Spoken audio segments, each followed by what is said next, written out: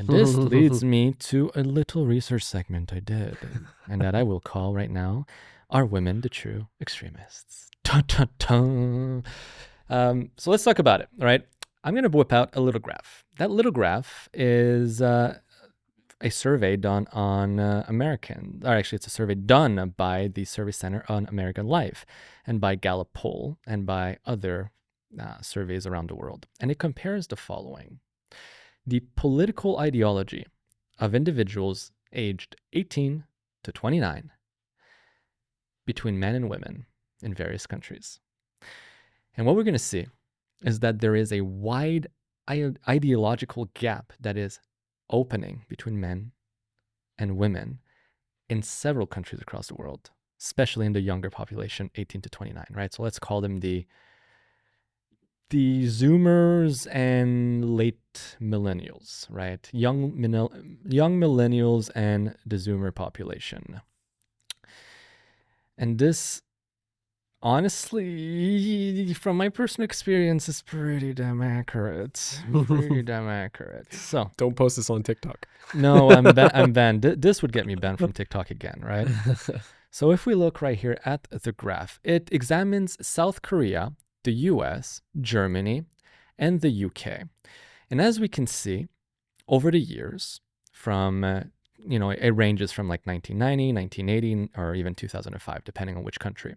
But women have steadily become more and more liberal in their views, whereas men have steadily become more and more conservative, except for South Korea, where the men have just gone full red pill, like, holy fuck, we're going like straight to like the most intense right-wing level there is. But in general, like the US, Germany, the UK, men have steadily become more conservatives, except for the men in the UK that are still clearly effeminated. But that's okay, they're British, you know what I mean? But yeah, let's look at the US and Germany. The crazy thing that I see here is the gap, the abyss that is growing between the two sexes, the two genders. And this probably plays a role in the fact that more people than ever are not in a couple, not pair bonded, they're not married, they're not having kids. There is this growing gap in ideologies. And now with the extremism that we have, people are at a point, and we spoke about it on the show a few weeks ago, where liberals, especially younger liberals, are more likely to cut off their friends or their family members if they do not share the same views as they do. So what's fucked up though about these graphs is just that, like, it makes me wonder, why are women becoming so fundamentally and faster than everyone else? See, except for South Korea, where men just became crazy conservative really fast. But in the US and in Germany, and definitely in the UK, the rate at which women became liberal is considerably greater than the rate at which men became conservatives. Why is that? Why are women more prone to extremism? Do you have like a theory behind it? While you were explaining all that, I was trying to put it all together and try to understand exactly why this phenomenon is going on. Mm-hmm. If you look at liberal propaganda Yeah. and liberal messaging and left-wing messaging, it typically caters around, we have to help these people, we have to support these people, we need to come through for these people, and these other people are complete fascists and authoritarians and Nazis and this and that. Yeah. This is typically liberal messaging these days. And when you're constantly bombarded with that kind of propagandized messaging, and you have not followed economic data and information, you're not following the actual occurrences going on in the world, it's politics is very complex. Yeah. It takes a lot of effort to really understand what's truly going on. And it's very easy. It's a lot easier, by contrast, to open up CNN, open up CBC, open up BBC, open up these massive Goliaths of messaging, of media messaging, and get inundated with their dogma, their propaganda, their views. And when they manipulate you emotionally and you have not done the logical homework, you get swayed into radicalism. You get radicalized. You get polarized into one side or the other. Whereas the answer typically is somewhere in the middle. We need liberal values. Yeah. We need liberal compassion in society, but we also need strong economic growth. And so the answer is somewhere in the middle. We cannot just polarize ourselves into one side and go far left or go far right and just become, either Nazis or commies, or fascists or commies. We cannot head into that direction. And so when I think in modern society, people want easy information. They just want to scroll and be inundated with information, stimulus, and data. I think you're nailing it. And so this constant inundation of liberal propaganda, like, I mean, do you have some examples off the top of your head we can name, like whether it's the COVID stuff, whether it's internet censorship, whether it's I don't know, the rise of Pierre Poilievre and the messaging in Canada about how he's this Timu Trump, this ultra MAGA right wing.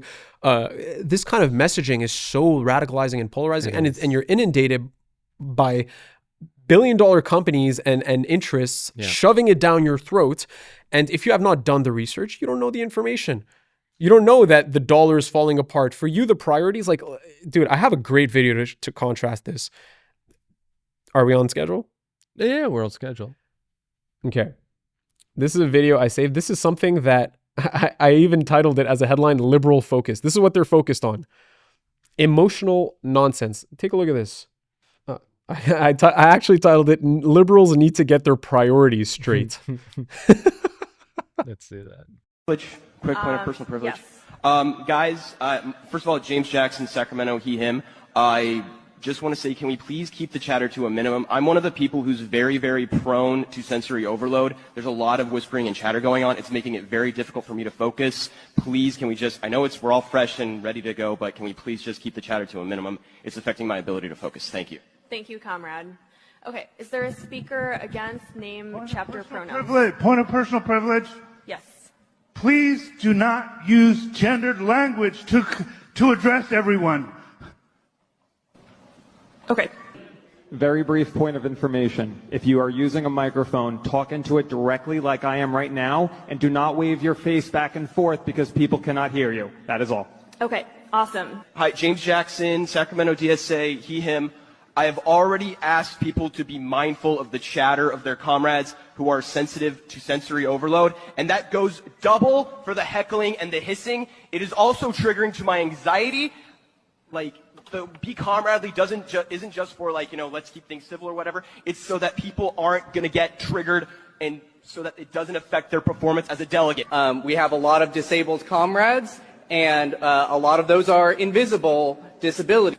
First of all, in this room, I see that no one's clapping. I'm going to get a brain aneurysm if I keep watching this shit. Okay, these people are so misinformed and propagandized that they are not able to reach any sensible conclusion as to what's going on. If these people are in a group and this is their main concerns, point of privilege, LGBTQ rights, all these extreme left-wing causes. Sorry, I'm losing my train of thought. You're looking at me straight into the eyes. Yeah, am I distracted? Yeah, a little bit. Point of privilege. Do not look at me like this. Look away. Yeah, exactly. Look away. Well, keep in mind though, however, that these individuals, they're the Communist Party, right? Because this was actually a Communist Party convention. Okay? Yeah. I remember this coming out. It's fucked up. It's disgusting. I wouldn't call them all liberals because they're commies. They're like way the fuck more. That's like the chart you showed shows how left they're going. But yes. And women, so this is the kind of this is the kind of political discourse they have in those circles. And this is fundamentally it's just a bunch of garbage. Like, there's no other way to say it. Oh yeah, for sure. And so they're not focused on the economy. They're not focused on economic prosperity. They're not focused on the actual issues that matter in a country. They're more focused on nonsensical social issues like point of privilege, my anxiety is being triggered. And it's like, okay, I get you, but like, try to understand that there are much more serious things at play here that you are fundamentally misinformed about. And so you're asking, why is society going more towards the left, especially women, specifically? Mostly women, actually, if women are being inundated with this kind of propaganda, if they're not focused on the actual issues at hand, if they don't consider the other side, they will be radicalized. And I think you hit the nail on the head. I asked Grok. I was curious. This is what Grok said. And what you said is pretty much you've paraphrased Grok without even knowing I asked Grok. Okay? I am AI. You are AI. The data center is you. So the reason why women are more likely to become liberal and tend to be more swayed towards extremist liberal policy is because social psychological factors include heightened exposure to social media echo chambers that amplify anxiety and ideological extremism with young women. Evolutionary traits make women more conformity prone, vulnerable to contagion-like hysteria, and things like the pandemic isolation spiked women depression by 25%, according to the World Health Organization. While brain differences heightens emotional processing, feminism pushes against traditional roles and fosters discontent, per evolutionary psychology views. Women are not insane, they are just maladapted to respond to modern stressors. But then I pushed it even further. Here's a little graph, and this is not nice to look at, but we must nonetheless. It's a graph that compares effectively. It's done on a 2020 Pew Research, and it compares conservatives, moderates, and liberals on the question: has a doctor or healthcare provider ever told you that you have a mental health condition? With the percentage of people saying yes. So you have the age group, 18 to 29, 30 to 49, etc. You have men and women, and you have political leaning, conservatives, moderates, liberals. In every case, women are higher on the chart than men, but that's besides the point. Another thing too that I realize is that the younger you are, the more likely you are to have mental health issues. That's also besides the point. Because the real point is to look at where liberal women lean here. So according to this Pew Research, over 50% of women who identify as liberals age 18 to 29 have been told by a doctor that they have a mental health condition.